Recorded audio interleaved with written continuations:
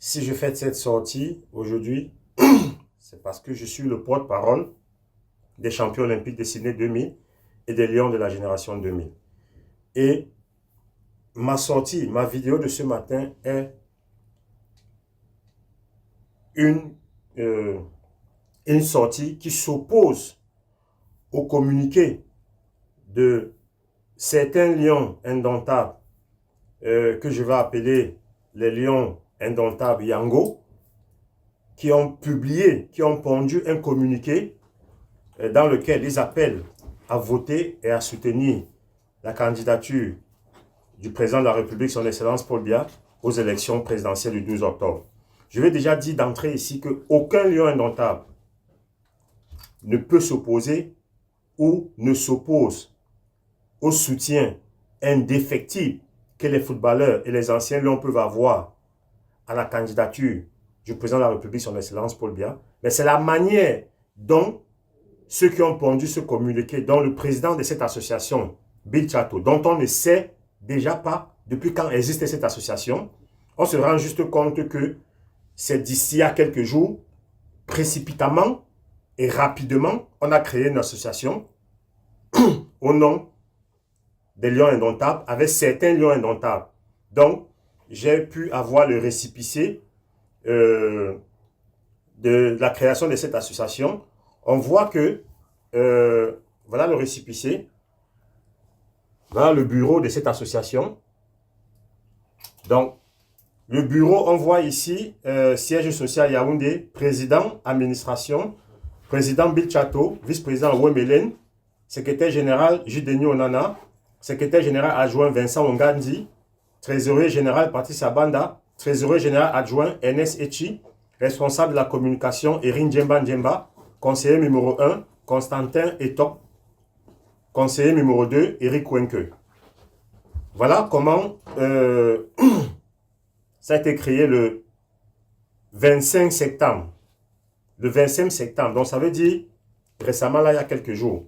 C'est des lions, c'est des anciens lions indomptables, c'est vrai, mais je ne vois pas quelle légitimité ils ont de parler au nom de tous les anciens lions indomptables entiers. Parce que pour nous, les autres anciens lions qui n'avons pas été consultés, la majorité qui m'ont contacté, avec qui on a discuté, s'opposent à cette association, s'opposent à cet appel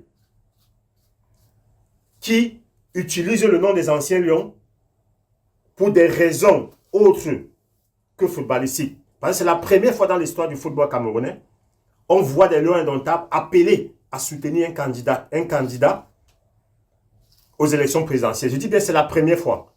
Il y a des lions qui ont déjà eu à faire des campagnes, il y a des lions qui ont déjà eu à soutenir des candidats. Depuis quand on peut parler des lions indomptables au Cameroun sans passer par l'homme qui a fait de ces lions indomptables, qui a fait du Cameroun ce que le Cameroun est devenu, sans passer par les hommes, les légendes du football camerounais, dont numéro 1 en tête, on a son excellence Roger Mila. Numéro 2, on a Samuel Eto'o-Fils, le président de la FECAFOOT. Numéro 3, on a Thomas Nkono. Numéro 4, on a Rigobert Song. Numéro 5, on a Patrick Mbomandem. Magique Patrick. Voilà les 5-6 légendes, les premières légendes du football camerounais quand on parle des lions indomptables. Comment vous pouvez concevoir qu'au Cameroun, on parle d'un appel, on parle des lions indomptables qui appellent à soutenir la candidature du président de la République, Paul Biya, son excellence Paul Biya, sans passer par les 5-6 personnes que je viens de citer là, qui sont eux-mêmes des soutiens indéfectibles du président de la République, son excellence Paul Biya. Ça veut simplement dire que c'est une association des lions indomptables Yango. Et vous avez un président d'honneur qui est son excellence, qui est sa majesté Joseph-Antoine Bell, qui est un grand lion indomptable, donc pour qui j'ai beaucoup de respect, mais dont on sait que depuis quelque temps est en disgrâce, a toujours été en disgrâce avec le président de la FECAFOOT. L'association, chacun est libre de créer son association. Mais comment Bill Chato peut créer une association et lancer un appel avec le label Ancien Lion, alors qu'il a à Yaoundé, son excellence Roger Mila à Yaoundé, le président de la FECAFOOT à Yaoundé, Rigobert Song est à Yaoundé, il n'appelle pas Thomas Nkono, il n'appelle pas Patrick Mboma. Je me pose des questions. Patrice Abanda qui est dans ce bureau-là, il sait très bien que ça fait quelques semaines, on a eu un projet d'être reçu par le SGPR, le ministre d'État, secrétaire général de la présidence, Après, dans la suite des chefs traditionnels, on avait pensé que les anciens lions avaient des doléances et qu'il fallait trouver une solution pour être reçu par la présidente de la République, par le SGPR. Patrice Abanda et moi, on en a parlé. Bon, après, je n'ai pas eu de suite.